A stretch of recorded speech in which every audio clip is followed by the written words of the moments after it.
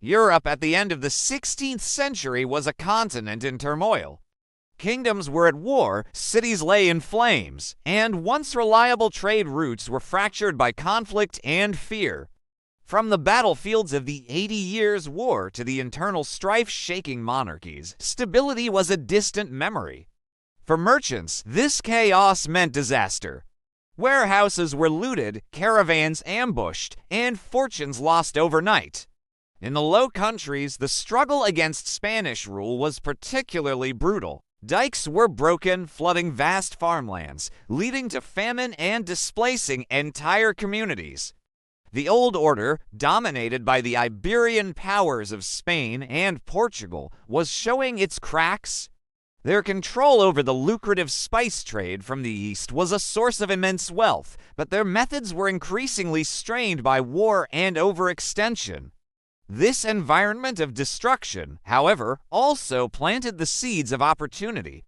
For those with courage, vision, and a willingness to take immense risks, the chaos was a blank canvas. A new world order was waiting to be built, not by kings, but by merchants.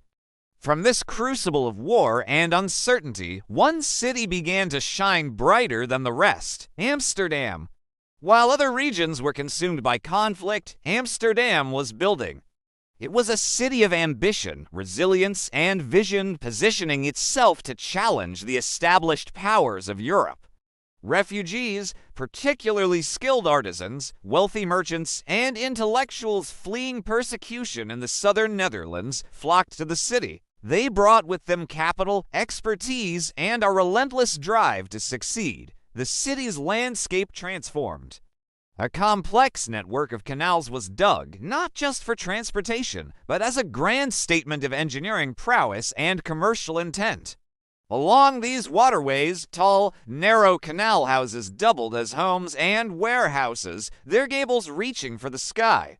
Shipyards hammered day and night, constructing a new kind of vessel, the flight. These ships were designed for maximum cargo space with a minimum crew, making them incredibly efficient and profitable. They were the workhorses of a burgeoning global trade network. Amsterdam's markets buzzed with an energy unseen elsewhere. Spices from the Far East, textiles from England, timber from the Baltics, and wine from France all passed through its bustling port. The city was quickly becoming the warehouse of the world, the central hub for European commerce. More than just goods were traded here, ideas were exchanged, and financial innovations were born. The Amsterdam Stock Exchange, the world's first, created a revolutionary way to finance risky, long-distance voyages, allowing citizens to invest and share in the profits of global trade. From the ashes of a war-torn continent, Amsterdam had emerged not just as a survivor, but as the new economic heart of the Dutch Republic, ready to project its power across the oceans. For decades, Dutch merchants had sailed to the east, but they did so as rivals. Competing fleets from different Dutch cities fought each other for access to spices, driving up prices in Asia and depressing profits back home. This cutthroat competition benefited no one but their Portuguese adversaries. The statesman Johan van Oldenbarnevelt saw the weakness in this division. He understood that to challenge the might of the Iberian empires, the Dutch needed to unite. Through intense negotiation and political maneuvering, he convinced the competing merchant companies to merge their interests into a single, colossal enterprise. In 1602, the United East India Company, or VOC, was born. This was no ordinary trading company. The charter granted by the States General of the Netherlands gave the VOC powers that were once reserved for nations. It could build forts, maintain armies, negotiate treaties with foreign rulers, wage war, and even mint its own currency. The VOC was, in effect, a state within a state, the world's first multinational corporation, backed by the full authority of the Dutch Republic.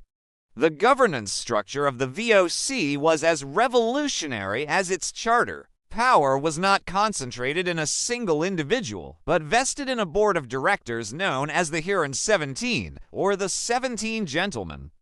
These directors were chosen from the various chambers, or kamers, of the VOC, located in different port cities across the Netherlands. The Amsterdam chamber, being the largest contributor of capital, held 8 of the 17 seats. The Chamber of Zeeland held 4, and the smaller chambers of Delft, Rotterdam, Hoorn, and Enkhuizen each held 1. The 17th seat was rotational, an elegant solution to prevent Amsterdam from achieving an absolute majority and to ensure the interests of the smaller chambers were represented. This federal structure balanced regional power, influence, and wealth.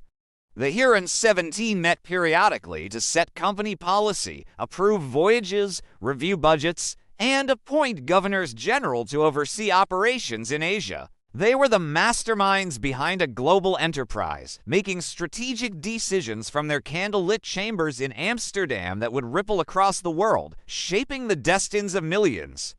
It was a system designed for profit, efficiency, and unprecedented corporate power.